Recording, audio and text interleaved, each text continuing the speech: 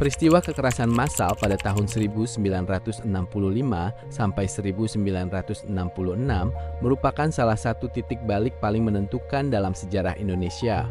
Banyak sarjana internasional menilai peristiwa ini sebagai salah satu tragedi kemanusiaan terbesar pada abad ke-20.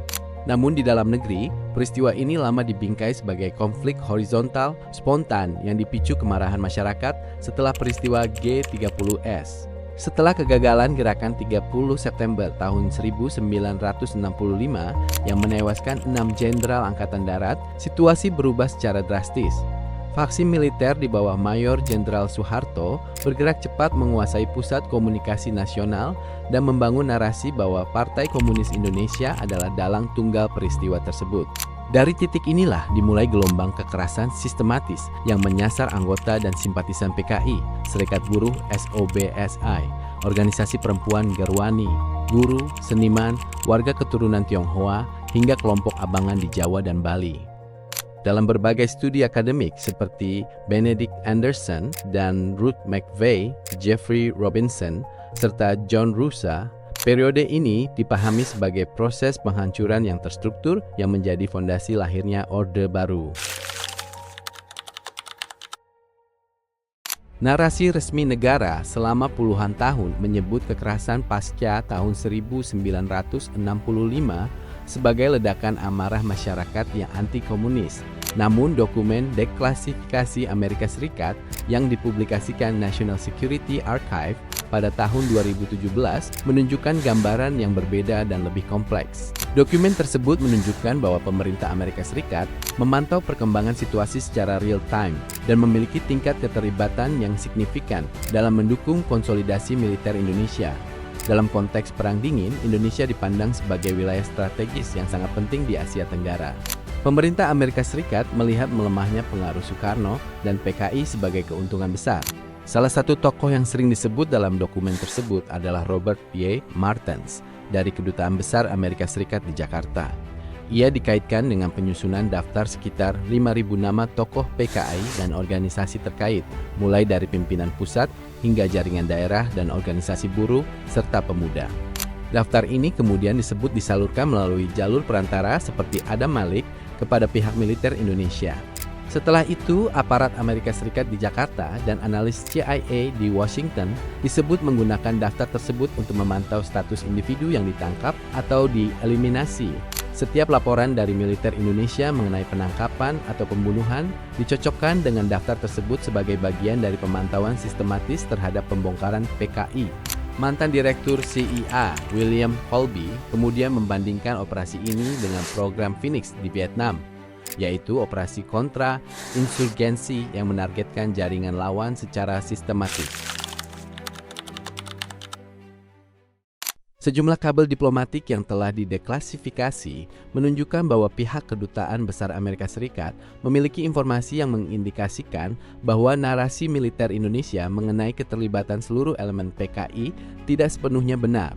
Kabel tertanggal 20 November tahun 1965 menggambarkan kebingungan kader PKI di daerah yang tidak mengetahui adanya rencana gerakan 30 September.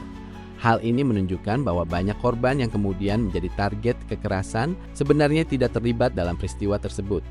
Meskipun demikian, narasi militer tetap digunakan sebagai dasar legitimasi tindakan pembersihan yang meluas. Laporan dari Kedutaan Besar Amerika Serikat tidak menunjukkan adanya upaya signifikan untuk menghentikan eskalasi kekerasan tersebut.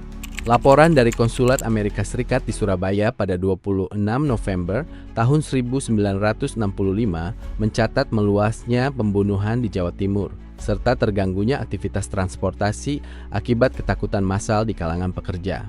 Dalam laporan lain, Edward E. Masters mencatat masalah teknis terkait penahanan massal, termasuk kekurangan makanan dan kapasitas penjara. Dalam beberapa catatan, masalah ini diselesaikan dengan cara eksekusi tahanan secara langsung oleh otoritas setempat. Militer tidak bekerja sendiri karena juga melibatkan kelompok paramiliter dan organisasi massa dalam pelaksanaan kekerasan di lapangan. Dalam sebuah kabel dari Medan pada Desember tahun 1965, tercatat adanya penggunaan narasi keagamaan yang mengkategorikan simpatisan PKI sebagai kelompok yang dianggap sah untuk dibunuh oleh sebagian kalangan. Di Bali, laporan diplomatik mencatat sekitar 10.000 korban jiwa pada pertengahan Desember tahun 1965, yang kemudian meningkat hingga puluhan ribu dalam beberapa bulan berikutnya. Dokumen tersebut menunjukkan bahwa terdapat penyusunan daftar target sekitar 5.000 nama tokoh PKI yang digunakan sebagai basis pelacakan dan eliminasi sistematis terhadap individu dan jaringan organisasi mereka. Selain itu, terdapat pemantauan berkelanjutan terhadap proses eksekusi yang dilakukan oleh militer Indonesia, di mana setiap laporan penangkapan dan pembunuhan dicatat secara sistematis sebagai bagian dari pengawasan intelijen. Dokumen juga menunjukkan bahwa pihak Kedutaan Besar Amerika Serikat memiliki informasi mengenai ketidakterlibatan banyak korban dalam peristiwa J30S, namun tetap membiarkan narasi militer berkembang sebagai dasar legitimasi kekerasan. Selain itu, penghancuran organisasi buruh seperti SOBSI dipahami sebagai bagian dari upaya menghilangkan kekuatan independen yang dapat mengganggu konsolidasi kekuasaan militer. Targetnya tidak hanya individu, tetapi juga struktur sosial yang dianggap berpotensi menjadi oposisi. Terdapat pula catatan mengenai legitimasi kekerasan yang diperkuat oleh narasi keagamaan di tingkat lokal, di mana pembunuhan terhadap simpatisan kiri dipandang sebagai tindakan yang dibenarkan secara moral oleh sebagian pihak. Dalam pelaksanaannya, militer tidak bergerak sendiri, tetapi juga melibatkan berbagai elemen sosial lokal. Organisasi buruh seperti SOBSI dihancurkan bukan hanya karena tuduhan keterlibatan dalam J30S, tetapi karena dianggap sebagai kekuatan yang independen dan berpotensi mengganggu konsolidasi kekuasaan militer. Di berbagai daerah, struktur sosial dan agama dimanfaatkan untuk memperluas mobilisasi kekerasan. Narasi ideologis dan keagamaan digunakan untuk memperkuat delegitimasi terhadap kelompok kiri, sehingga menciptakan justifikasi sosial bagi tindakan pembunuhan massal. Dalam konteks Perang Dingin, perubahan kekuasaan di Indonesia dipandang sebagai kemenangan strategis bagi Blok Barat. Hilangnya pengaruh PKI dan menguatnya militer di bawah Soeharto membuka jalan bagi integrasi Indonesia ke dalam sistem ekonomi dan politik global yang pro-Barat. Dalam perspektif ini, peristiwa tahun 1965 sampai tahun 1966 tidak hanya menjadi tragedi kemanusiaan, tetapi juga titik balik geopolitik yang sangat penting di Asia Tenggara. Hingga beberapa dekade kemudian, pemerintah Indonesia tetap mempertahankan narasi bahwa peristiwa tersebut merupakan tindakan defensif yang sah. Bahkan pada tahun 2012, pemerintah secara resmi menolak hasil penyelidikan Komisi Nasional Hak Asasi Manusia yang menyatakan peristiwa ini sebagai pelanggaran HAM berat. Peristiwa tahun 1965 sampai tahun 1966 adalah tragedi besar dalam sejarah Indonesia, tetapi justru menjadi salah satu yang paling tidak dipahami oleh generasi sekarang. Peristiwa dengan skala ratusan ribu korban itu seringkali hanya hadir secara singkat dalam buku pelajaran, tanpa gambaran utuh tentang apa yang sebenarnya terjadi.